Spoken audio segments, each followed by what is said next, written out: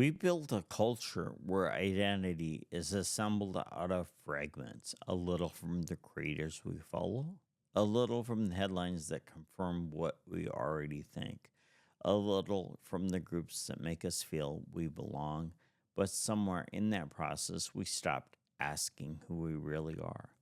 It used to be that identity was something given family, faith, nation, community. Now it's something constructed. You pick your labels, your causes, your aesthetics. It feels like freedom, but it's also exhausting because if you built it yourself, you'd have to keep rebuilding it every time the world shifts. And that world shifts fast. Trends, they flip overnight. One opinion goes viral, another gets canceled. So we learn to adapt, not to truth, but to survival. We start curating our words so that we don't lose our place in the algorithm or our standing in the tribe. And that's not authenticity, that's performance. And the more we perform, the harder it is to remember who we were before the cameras came on. This fragmentation shows up in everywhere. It's in our politics. We just don't disagree on our policies anymore. We live in different informational universes, and your feed and mine might as well be in different countries because we've all become ambassadors of our chosen echo chamber. And once upon a time, politics was a public square, messy, noisy, but shared. But now it's an arena where people fight to the cheers of their own side and the silence of everyone else. We treat elections like reality shows, like they're like cage matches, and government shutdowns, they're like background noise. The government's been shut down for months now, and hardly anyone's talking about it. That used to be a headline, but today it barely breaks through the noise because the outrage market is oversaturated. Something has to scream louder just to be heard. And we've been conditioned to care in short bursts. A scandal here, a tragedy here. We feel the emotion, the post, the reaction, and move on before anything changes. That's not apathy, it's fatigue. We're overwhelmed by information we can't act on, so we scroll past it. And meanwhile, the things that actually shape our lives, the local destinations or decisions, the school boards, community budgets, they fade into obscurity. We know more about influencers than we do about the people who write our laws, and we've replaced civic participation with commentary.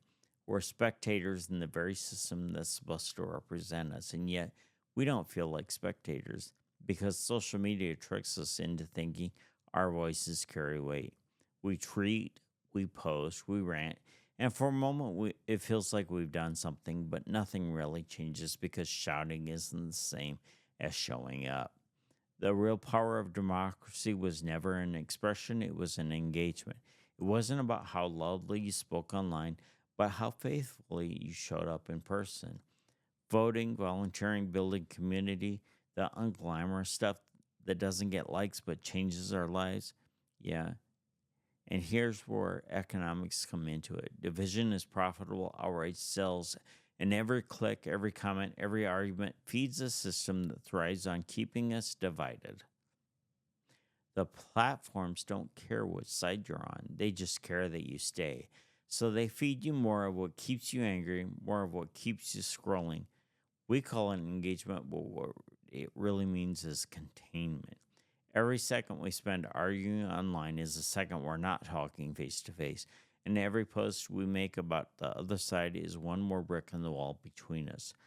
And behind those walls, the world feels smaller and scarier. And even though the internet promised it would make it bigger, we're being trained to mistake no motion for progress, to think that the faster we react, the more we care. But progress doesn't happen at the speed of Wi Fi, it happens at the speed of relationships, and relationships take time. It's not that we hate each other more, it's that we see each other less. Our digital lives give us consistent contact without actual connection. If its disconnection is learned, maybe reconnection can be learned too. The influencers need our clicks, the platforms need our time, the advertisers need our data, And the algorithm needs our emotions, especially the negative ones.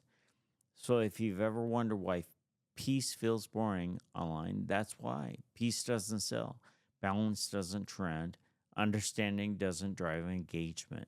So we live in a constant state of agitation because someone's making money every time we take the bait.